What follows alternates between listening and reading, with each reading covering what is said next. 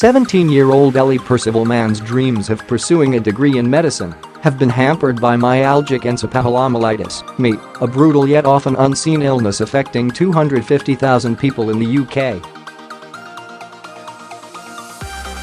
Here, she writes about the impact it has had on her life. I am writing this from a hospital bed at the Leicester Royal Infirmary.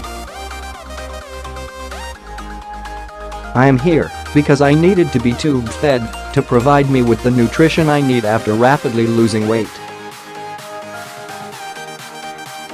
I have always had issues with being able to tolerate certain foods, but it has got worse in the past few years. It's funny, because I always wanted to study medicine. I am interested in science and people. Now it's me that has to be cared for, when I thought it would be the other way around. I have ME, an illness sometimes called chronic fatigue syndrome or CFS.Up. Until the age of 12, I was like any other child. I was full of energy, enjoyed going to school, and had a list of hobbies that extended by the minute. Riding my horse, playing the piano and taking part in shooting competitions around the UK was my norm.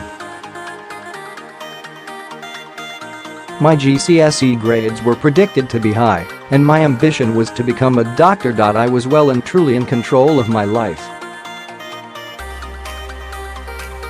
Then I started getting virus after virus.My. School was quite concerned and threatened to take my parents to court over poor attendance.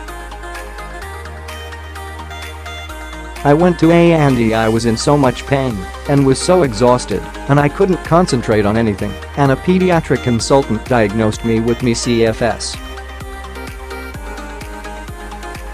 Then they sent me home and told me to just get on with it. That was 6 years ago. For a while, I managed to live with the illness, but gradually it took over my life to the point where even getting out of bed felt like climbing Everest. Around 250,000 people in the UK have this condition, and it can affect anyone at any time. Because it's fluctuating, the toughest thing is waking up every morning and not knowing what the day will bring. Where I live in Leicestershire, there are no specialist healthcare services for CFS at all. I feel like I'm in limbo. Before I came into hospital, I was planning to have some hydrotherapy to help me get my strength back up, though I have to pay for this privately because my GP refused to refer me for physiotherapy. I have health insurance for this. Others with CFS are not so lucky. I have had to give up everything my previous life had to offer. I have lost touch with former friends, lost my ability to take care of myself, and lost the simple pleasures in life, like being able to walk my dog in the park. CFS isn't just being tired, which is something I hear a lot. It's feeling like you are at death's door, 24/7. My life now revolves around hospital appointments and having to become friends with a wheelchair to do simple tasks like going shopping. For a long time, I refused to even think about a wheelchair. But it came to a point where I realized I need to live my life as much as I can. Whenever I park in a disabled spot, I can see people looking at me standing up to get out of the car, thinking I'm not really disabled, but they do not see me every day.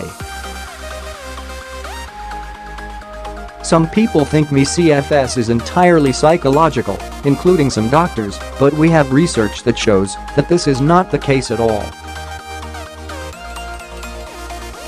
It doesn't help that the treatments recommended for CFS focus on changing a person's behavior, but it's this disease, not my behavior, that's the problem.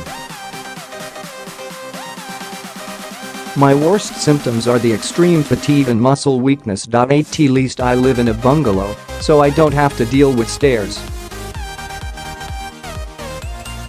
I do not wish to spend the rest of my life confined to my wheelchair and bed. Most days, that bright light at the end of the tunnel is out of reach, and nothing helps, but the support of my parents and my fiancé Tom have been more than I could have ever wished for. I do find that now, I appreciate the little things in life more, such as sitting outside and smelling the fresh air. I also have a huge community on social media, connecting me with other people fighting this illness, and we keep each other's spirits up. When I can, I study at home, an open university course, equivalent to A levels, so that as things improve, I'll be ready to move forward with my life. I still want to be a doctor. Ellie is writing for Sky News to mark Me Awareness Week. For information about any aspect of living with me, including finding the right care and support, visit Action Form.